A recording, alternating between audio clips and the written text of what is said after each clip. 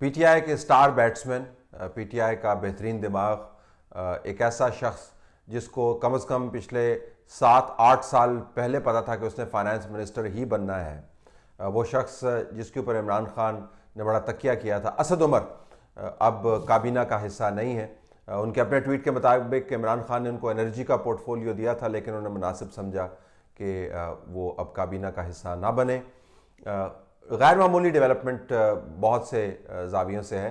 3-4 अहम नुक्ते जल्दी जल्दी मैं आपके सामने रख देता हूँ। एक तो ये कि आप टाइमिंग देखिए ज़रा, इधर से आईएमएफ के साथ आप निगोशिएट करके आए हैं, एक ऐसा शख्स जिसके ऊपर काबीना को खुद एतमाद नहीं है, वज़ीर आज़म को खुद एतमाद नहीं है, जिसको वज़ीर आज़म ने काबीना से अलहदा कर दिया और जो काबीना का हिस्सा नहीं लेना चाहता, वो पाकिस्तान को अगले 3 साल आईएमएफ के साथ एक डील की सूरत में कमिट करके आया है और उसके बाद उसको निकाल दिया गया। आप टाइमिंग ज़रा चेक करें तो या तो इतने वो अहम थे कि पाकिस्तान को 3 साल के लिए एक आईएमएफ के प्रोग्राम में कमिट करने के अहल थे, अगर अहल थे तो फिर निकाला नहीं जाना था, और अगर वो इतने निकम्मे थे कि उनको निकाला जाना था तो फिर आईएमएफ के साथ डील करने की अहलियत के ऊपर बहुत बड़ा सवालिया निशान है। टाइमिंग आप ज़रा देखें। नंबर 2, कहते चले आ रहे थे कि इकॉनमी का बुरा हाल है, बता रहे थे इकॉनमी बैठ रही है, कोई सेक्टर जो है वो अनअफेक्टेड नहीं है। एक मिनी बजट, दूसरा मिनी बजट, 20 प्रेस कॉन्फ्रेंसेस, दर्जनों से ज़्यादा ट्वीट्स हर हफ्ते के अंदर, और हज़ारों की तादाद में वो ट्रोल्स जो नकादों की ऐसी की तैसी करते थे उनको आपने डिप्लॉय कर दिया। नहीं जी, ये सारे लोग गलत कह रहे हैं, इकॉनमी बिल्कुल ठीक है। आपने मार्केट का भट्ठा बिठा दिया, आपने कर्जों का अंबार चढ़ा दिया, आपने प्राइसेस को सर के ऊपर से गुजार दिया। सब लोग कह रहे थे खुदा का वास्ता है इस इकॉनमी को संभालने के लिए कोई विजन तरतीब करो। कहते नहीं जी नहीं, विजन आ रहा है, विजन आ रहा है, ये कल आ जाएगा, ये परसों आ जाएगा, इस मिनी बजट में ये रिफॉर्म दिखेगा, पाकिस्तान खड़ा हो जाएगा। तो तमाम जो बातें करने वाले थे अब काबीने से चुप करके अलहदा हो गए, उसके बाद फिर आपको वो नजर भी नहीं आएंगे।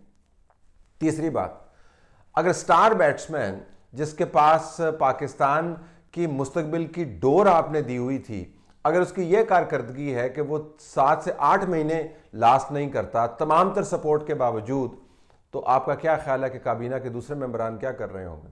चौथी बात, इमरान खान साहब कहते हैं जी कि लीडर अगर सामने हो तो मामला बिल्कुल ठीक होते हैं, वो टीम अपनी खुद सेलेक्ट करता है और टीम उसके नीचे खेलती है। टीम अगर बकरियों की भी हो तो टाइगर अगर ऊपर आ जाए तो सारे के सारे टाइगर बन जाते हैं और जंगल को वो मुकम्मल तौर पर कब्जे में ले लेते हैं। तो कप्तान तो बिल्कुल ठीक है, फिर ये टीम को क्या हो रहा है, आपसे मईशत संभल नहीं पा रही है, आपका फाइनेंस मिनिस्टर आपको अलहदा करना पड़ा है। ये किस किस्म का माहौल बनाया है जिसके अंदर कप्तान की मौजूदगी में इतना बड़ा नेशनल टास्क जो है वो अनएड्रेस्ड छोड़ दिया गया है। तो जिम्मेदारी किसकी बनती है? कप्तान की नहीं बनती, लेकिन कप्तान कभी जिम्मेदारी नहीं लेगा क्योंकि उन्होंने ज़िंदगी में कभी किसी अहम फेलियर की जिम्मेदारी ली नहीं, वो सिर्फ सक्सेस को क्लेम करते हैं। पांचवी बात, आने वाले दिनों में होना क्या है, कौन सा फाइनेंस मिनिस्टर लाएंगे? ख्याल ये किया जाता है कि फाइनेंस मिनिस्टर नहीं लाएंगे, एडवाइज़र रखेंगे और एडवाइज़र्स के ज़रिए ये मुल्क चलाएंगे।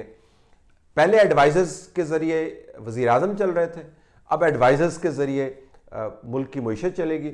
ये तमाम का तमाम मुल्क आपने एडवाइज़री के ऊपर डाला हुआ है। इससे बड़ा एडहॉक अरेंजमेंट शायद पाकिस्तान की तारीख में इतने अहम और क्रिटिकल मौके के ऊपर आपको नज़र नहीं आता होगा। बदतरीन हालात के अंदर भी इससे बेहतर हालात एडमिनिस्ट्रेटिवली आपको नज़र आएंगे। तो असद उमर का डिपार्चर जो है वो टाइमिंग के एतबार से, वो मंतक के एतबार से, वो कारकर्दगी के एतबार से और उन तमाम तावीलों के एतबार से जो उनके हक़ में दी जाती रही थी, जिनके बारे में ख़ुद बात करते रहे थे, एक बहुत बड़ी ख़बर है। इससे आपको पता चलता है कि मुल्क के अंदर हुकूमत चल कैसे रही है।